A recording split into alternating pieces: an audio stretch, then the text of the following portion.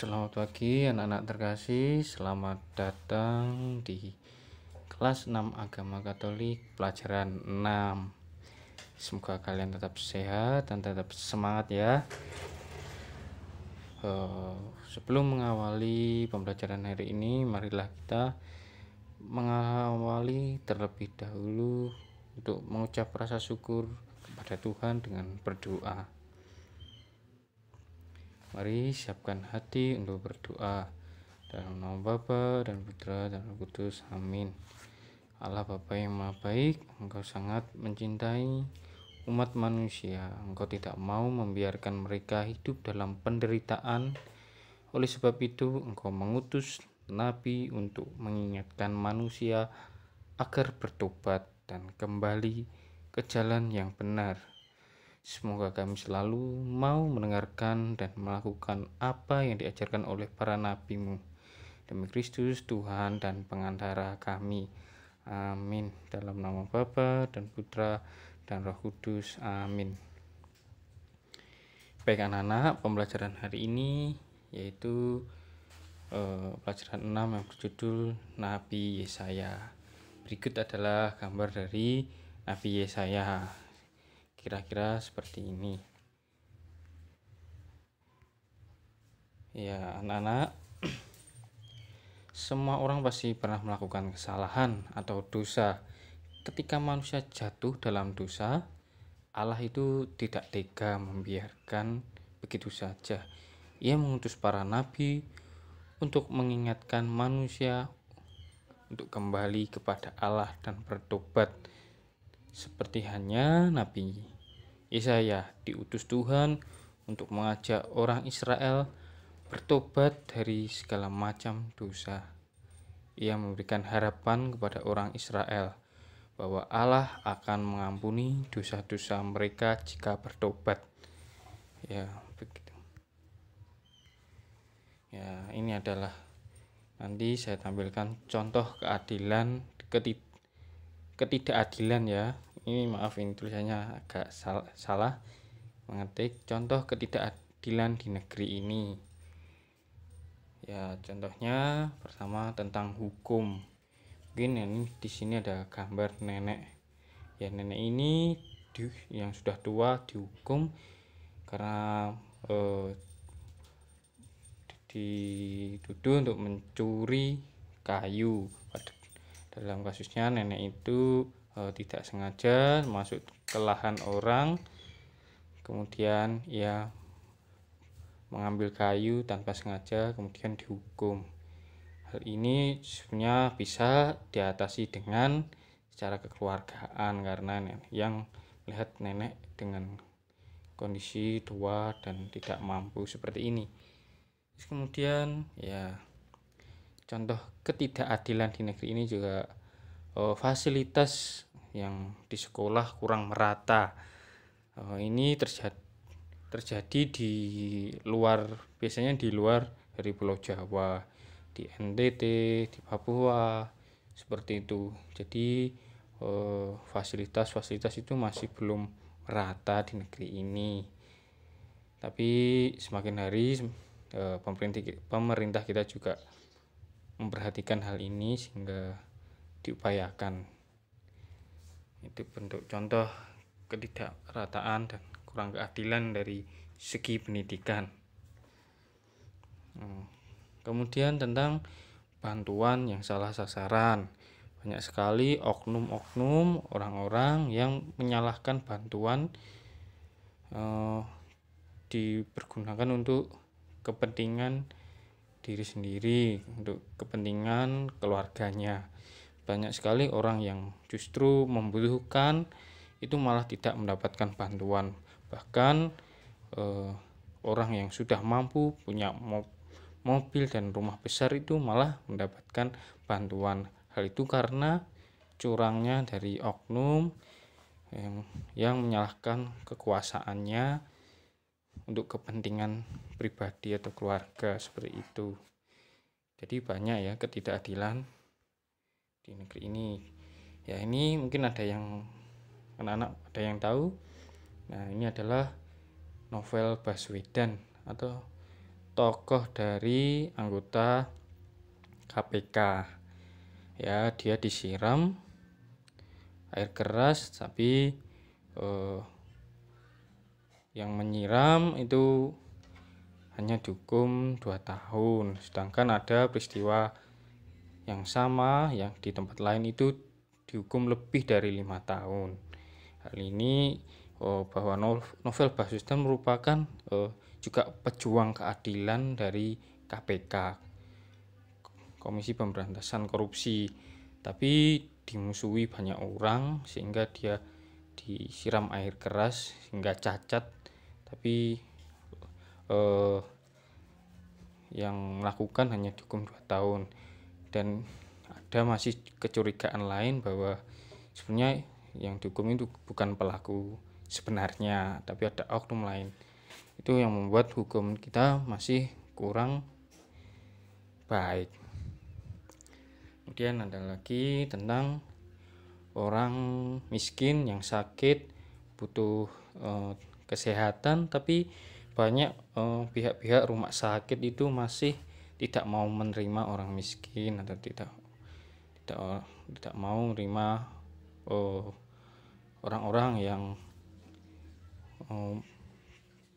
orang miskin yang hanya mempunyai kartu BPJS saja. Kadang banyak orang yang menggunakan kartu BPJS tidak dapat menikmati hasil untuk diobati di rumah sakit. Masih banyak seperti itu. Hal itu terjadi kepada orang-orang yang miskin. Jadi kurang meratanya juga pembagian kartu itu juga bisa terjadi seperti itu. Ya, ini adalah tokoh pejuang keadilan Abraham Lincoln. Anak-anak bisa lihat bukunya halaman 70. Di situ ada ceritanya. Saya bacakan anak-anak. Anak-anak silakan membuka bukunya. Halaman 70 ya anak-anak. Abraham Lincoln lahir di Hardin County, Kentucky pada tanggal 15 Februari 1809. Lincoln merupakan Presiden Amerika Serikat ke-16 sejak 4 Maret 1861. Sebelum menjadi presiden, Lincoln berprofesi sebagai pengacara, anggota legislatif, revisionis, anggota DPR Amerika Serikat, dan 2 kali gagal dalam pemilihan anggota Senat. Bahkan dirinya pernah bekerja sebagai pembelah kayu pagar, menjadi tentara, menjadi juru tulis, mengurus kedai, dan kepala kantor pos. Lincoln dilahirkan dari keluarga yang miskin dan tak berpendidikan. Lincoln hanya mengenyam pendidikan selama kira-kira setahun, tetapi dalam waktu singkat ia dapat membaca, menulis, dan berhitung. Ketika beranjak dewasa, ia berusaha keras untuk menambah pengetahuannya dengan cara menggunakan sebaik-baiknya semua buku yang dapat dia baca, hingga akhirnya berhasil menjadi ahli hukum pada usia 28 tahun.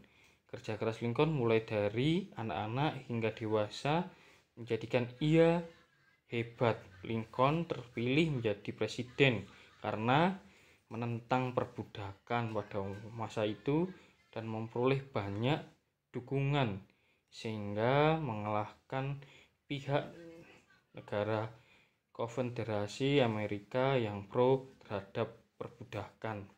Tapi Lincoln akhirnya meninggal di Washington DC pada 15 April 1865 saat berumur 56 tahun karena dibunuh Presiden Lincoln tertembak di Teater Fort Washington, Amerika Serikat pada 14 April 1865 dan meninggal keesokan harinya. Pembunuhnya adalah John Wilkes Booth, salah seorang pendukung Konfederasi. Presiden Lincoln dimakamkan di Springfield, AS, dan dikenang Amerika dan dunia sebagai pejuang demokrasi karena jasa-jasanya. Lincoln dikenal sebagai orang cerdik dan keras dalam memperjuangkan hak-hak rakyat, tapi dia dibunuh karena dia telah memperjuangkan hak-hak tersebut.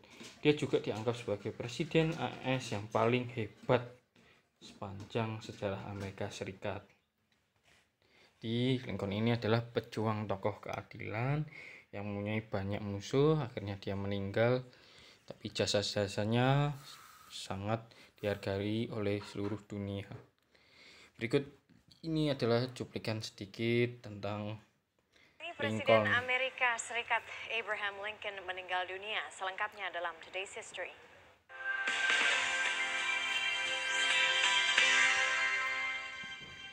15 April 1865, Presiden Amerika Serikat ke-16 Abraham Lincoln meninggal dunia akibat luka tembak di kepala. Ia ditembak saat menghadiri sebuah pertunjukan di Theater Ford. Sang penembak, John Wilkes Booth, adalah mata-mata Konfederasi yang merupakan seorang aktor yang bermain dalam pertunjukan itu. Meski sampai saat ini masih banyak perdebatan mengenai peristiwa ini, pembunuhan Lincoln menjadi salah satu misteri besar yang terjadi di Amerika Serikat. Lincoln adalah seorang tokoh inspirasi dunia. Sejak kecil ia terbiasa hidup sederhana. Ia tidak mengikuti pendidikan seperti pada umumnya, namun ia giat belajar dan menulis sampai berhasil menjadi seorang pengacara. Anne Rutledge adalah cinta pertama Lincoln, dan ayah Anne lah yang mengajak Lincoln terjun ke dunia politik. Di awal karirnya, Lincoln terpilih menjadi anggota DPRD untuk wilayah Illinois pada 1834. 2 tahun berikutnya, Lincoln terpilih menjadi anggota Kongres, namun keanggotaannya tidak diperpanjang karena ia mengusulkan undang-undang untuk mengakhiri perbudakan di Distrik Columbia. Pada Mei 1860, Lincoln terpilih sebagai calon presiden dari Partai Republik dan akhirnya terpilih menjadi Presiden Amerika Serikat ke-16. Sebagai penghormatan untuk para presiden Amerika, dibangunlah sebuah monumen nasional untuk Abraham Lincoln yang berada di National Mall, Washington, D.C. Kematian Lincoln adalah salah satu misteri terbesar di Amerika Serikat. Tentunya kalau misalnya kita melihat Presiden Amerika Serikat, John F. Kennedy juga merupakan misteri terbesar. Karena sampai sekarang juga ada orang-orang yang masih mempertanyakan apakah orang yang memang disangka sebagai si penembak itu adalah sang penembak. Karena kalau misalnya kita lihat fotonya itu luar biasa sekali teman-teman. Karena mengapa luar biasa? Mobil dari John F. Kennedy itu kan berjalan. Dan sulit sekali bagi satu orang saja bisa menembak secara tepat 3 kali dalam waktu yang cepat secara jitu. Nah makanya banyak sekali yang mengatakan bahwa ya tidak hanya satu orang, mungkin ada beberapa orang yang menembak. Benar, dan konspirasinya juga ada mengenai supir yang memang mengemudi yang sempat berbalik ke belakang. Ada di videonya, kalau misalnya penasaran tuh bisa dicari di YouTube. Dia agak menghadap ke belakang sendiri, diperkirakan dia memegang pistol juga, tapi tidak ada yang tahu mengenai hal itu. Ya, jadi itu dari kisah Lincoln sedikit, tapi juga banyak juga pejuang keadilan di Amerika Serikat seperti John Kennedy, seperti itu.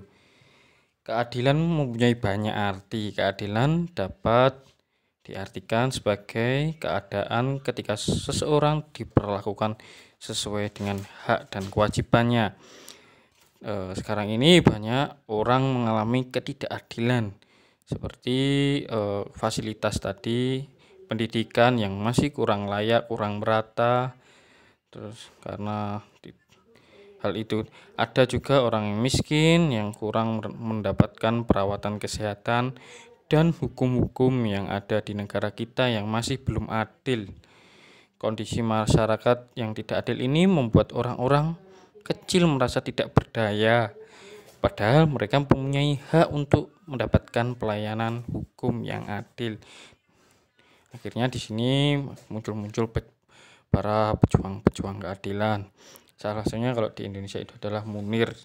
Munir adalah berjuang dalam hak asasi manusia, namun pada akhirnya meninggal karena diracuni. Seperti itu. Ya, Presiden Amerika. kita lanjutkan dengan kisah Nabi Yesaya. Anak-anak bisa dibuka halaman 72. Anak-anak silakan buka halaman 72. Nabi Yesaya B3 itu lalu bandingkan Yesaya 5 ayat 1 sampai dengan 7. Saya bacakan anak-anak.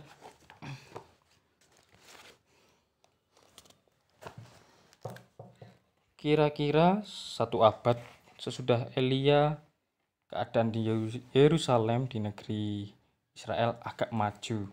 Tetapi kemajuan itu tercapai karena penderitaan dan pengorbanan rakyat kecil. Mereka dipaksa bekerja keras sehingga mereka hampir tidak sempat mengurus kebunnya sendiri, dan hasil kebun yang sedikit itu masih ditarik sumbangan untuk membiayai acara keagamaan dan apa saja, sehingga semakin miskin sedangkan yang kaya semakin kaya. Pada suatu hari, seorang pemuda pergi ke Yerusalem dan langsung menuju ke Bait Allah yang tidak pernah sepi. Pemuda itu bernama Yesaya. Di Bait Allah, Yesaya banyak mendapat penglihatan. Ia melihat Allah semesta duduk di atas tahtanya, dikelilingi banyak malaikat yang bernyanyi, "Kudus, kudus, kuduslah Tuhan Allah segala kuasa." Lalu Yesaya berkata, "Celakalah aku, orang berdosa ini, karena mata saya melihat Allah pencipta." Tetapi seorang malaikat mengambil bara api dari mezbah dan menyentuhkannya pada bibir Yesaya sambil berkata, "Engkau sudah dibersihkan dengan api." Setelah itu Yesaya mendengar suara Tuhan yang berkata, "Siapakah yang akan kuutus dan siapakah yang mau pergi untuk aku?" Maka jawab Yesaya, "Inilah saya, utuslah saya."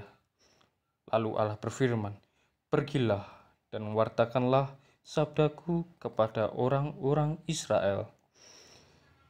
Sejak saat itu Yesaya menjadi nabi Tuhan, menunjukkan jalan Tuhan bagi bangsanya. Ada kalanya ia harus mengancam bangsanya sendiri dan meramalkan malapetaka.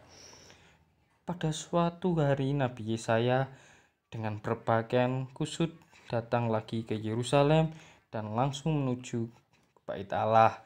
Ia membawa sebuah kecapi alat musik kuno. Ia naik ke atas sebuah meja dan mulai memetik kecapinya. Perhatian orang yang ada di sekitar tempat itu tertarik kepada pemusik aneh itu. "Bapak-bapak dan ibu-ibu, saya ingin menyanyikan sebuah lagu tentang kekasihku." Lalu Yesaya bernyanyi. Setelah bernyanyi lalu Yesaya bertanya kepada penonton, "Kekasihku akan berbuat apa dengan kebun anggur itu?" Mereka menjawab, "Ia akan membongkar pagarnya dan membiarkan kebun itu dirusakkan oleh binatang liar. Untuk apa ia memelihara kebun itu lagi?" Kata Yesaya, "Kiranya begitulah." Lalu dengan mata berkilau ia memandang orang banyak itu dan berkata, "Dengarlah baik-baik. Kekasihku ialah Allah, dan kebun anggurnya ialah Yerusalem dan bangsa Israel. Ia telah mengurus dan memelihara kalian dengan penuh kasih sayang. Ia telah membebaskan nenek moyangmu dan dari perbudakan di Mesir. Ia mengharapkan agar kamu hidup bersama saudara, tetapi justru sebaliknya yang terjadi. Kalian saling menggigit, membenci, menipu yang kaya berkuasa menindas rakyat kecil, bahkan membunuh. Ia mengharapkan kalian berbakti kepada Dia saja, tetapi kalian meninggalkan Dia dan mencari perlindungan kepada dewa-dewa bangsa lain. Celakalah kalian, akan tiba waktunya Allah menyambut bangsa kita. Bangsa lain akan menyerang tanah Israel, mengepung Yerusalem dan Bait Allah. Mereka akan menang dan menghancurkan tembok Yerusalem dan Bait Allah sehingga rata dengan tanah, dan bangsa kita akan dibuang di negeri orang. Sejak saat Nabi Yesaya menjadi Nabi Tuhan, ada kalanya ia harus mengancam bangsa sendiri dan menubuatkan malapetaka seperti nyanyian kebun anggur kekasihku. Tetapi ada juga waktunya Allah menyuruh Yesaya membawa kabar baik dan harapan. Pada suatu saat hari sudah masa pembuangan di Babylon, Yesaya muncul lagi di Yerusalem dan mewartakan, beginilah firman Tuhan. Bangsa yang berjalan di dalam kegelapan telah melihat terang yang besar. Mereka yang diam di negeri kekelaman, atasnya telah terang bersinar.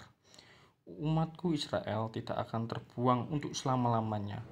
Suatu saat akan kembali ke Yerusalem dan bersandar pada Tuhan yang Maha Kudus. Seorang gadis akan mengandung dan melahirkan seorang putra untuk kita.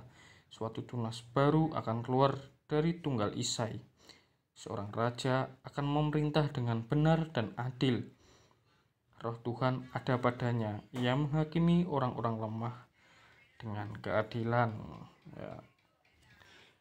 Ya, itu adalah cerita dari Nabi Yesaya yang diutus Tuhan untuk mengingatkan bangsa Israel untuk bertobat kembali. Ya, Tuhan mengutus nabi-nabi menyadarkan manusia agar kembali kepada Allah. Salah satu yang diutus adalah Nabi Yesaya. Nabi Yesaya itu terlahir pada tahun 765 sebelum Masehi. Ia dimanggil menjadi nabi pada tahun 740 sebelum Masehi. Dalam usia kurang lebih 25 tahun, ia berasal dari keluarga bangsawan. Nabi Yesaya berkarya selama 40 tahun di antara bangsa Israel. Pada zaman Nabi Yesaya berkarya, keadaan bangsa Israel mengalami kemerosotan moral, terjadi ketidakadilan di bidang kehidupan. Rakyat kecil menjadi tumbal kekuasaan orang-orang yang tidak bertanggung jawab, termasuk korban para penguasanya saat itu. Nabi Yesaya bernubuat berupa ancaman dan janji-janji harapan bahwa Allah akan selalu menyertai mereka dalam menghadapi setiap musuh dan mengirimkan bangsa Israel seorang Mesias yang lahir dari seorang perawan. Kedatangan juru selamat yang dinubuatkan oleh Nabi Yesaya berasal dari keturunan Isai. Di Nabi Yesaya menggambarkan cinta Allah itu tanpa batas pada umatnya, pada bayinya, sehingga dia berkata seperti berikut ini, dapatkah seorang perempuan melupakan bayinya sehingga ia tidak menyayangi anak dari kandungannya? Sekalipun ia melupakannya, aku tidak akan melupakan engkau. Ya, seperti itu. Jadi kasih Tuhan kepada manusia itu tanpa batas. Walau kita manusia lupa dengan Tuhan, tapi Tuhan itu tidak melupakan kita, tidak pernah meninggalkan kita. Tuhan itu tidak pernah mengingat dosa-dosa kita, tapi Tuhan itu mau kita untuk selalu bertobat kepadanya, melihat sebesar niat kita untuk bertobat seperti itu.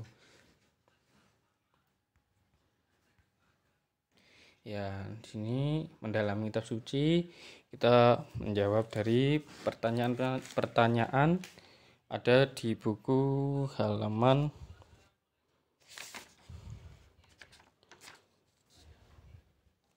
74 ya, 73-74. Apa saja peringatan dan ancaman Nabi Yesaya kepada bangsa Israel? Ya, tadi di dalam ceritanya Situ celakalah kalian, akan tiba waktunya Allah menyambuk bangsa kita. Bangsa lain akan menyerang tanah Israel, mengepung Yerusalem dan bait Allah. Mereka akan menang dan menghancurkan tembok Yerusalem dan bait Allah sehingga rata dengan tanah. Dan bangsa kita akan dibuang ke negeri orang. Ya, itu jawabannya. Anak-anak bisa menyatatnya ya, ditulis di buku tulis. Apa isi nubuat Yesaya? Ya, isi nubuat Yesaya yaitu tentang nyanyian kebun anggur kekasihku, dan juga Yesaya membawa kabar baik dan harapan tentang kelahiran Sang Juru Selamat, yaitu Tuhan Yesus Kristus. Mengapa Tuhan tidak melupakan saja bangsa Israel yang sering melupakannya dan melakukan berbagai kejahatan atau dosa? Ya, Tuhan tadi sudah mengatakan bahwa cinta Tuhan itu tanpa batas kepada manusia, sehingga kita tidak dibiarkan saja jatuh ke dalam dosa, tetapi Tuhan selalu mengingatkan di dalam hati kita supaya untuk mengajak bertobat dan kembali kepada Allah. Seperti itu ya, bisa dijawab, ditulis di buku tulis. Apa pesan kisah Nabi Yesaya untuk zaman sekarang? Ya, untuk melihat zaman sekarang, mungkin tadi diceritakan di awal banyak terjadi ketidakadilan. Semoga dengan ketidakadilan tersebut kita sebagai orang yang sadar akan makhluk ciptaan Allah yang mengikuti jalan Tuhan, kita harus berani berjuang menegakkan keadilan dan mengingatkan teman-teman kita yang mungkin salah, mungkin melakukan ketidakadilan, dan kita sendiri. Saya menjawab kelima juga, apa pesan kisah Nabi bagi dirimu sendiri? Ya, supaya kita mengikuti jalan Tuhan. Kemudian ketika kita berbuat salah, harusnya kita selalu bertobat kembali ke jalan Tuhan, supaya kita tidak terjerumus dalam dosa. Jadi kita pesan untuk diri kita sendiri supaya kita itu ketika jatuh dalam dosa kita harus segera bertobat, seperti itu. Baik anak-anak, semoga anak-anak dapat memahami pembelajaran hari ini. Selamat belajar, Tuhan memberkati. Amin.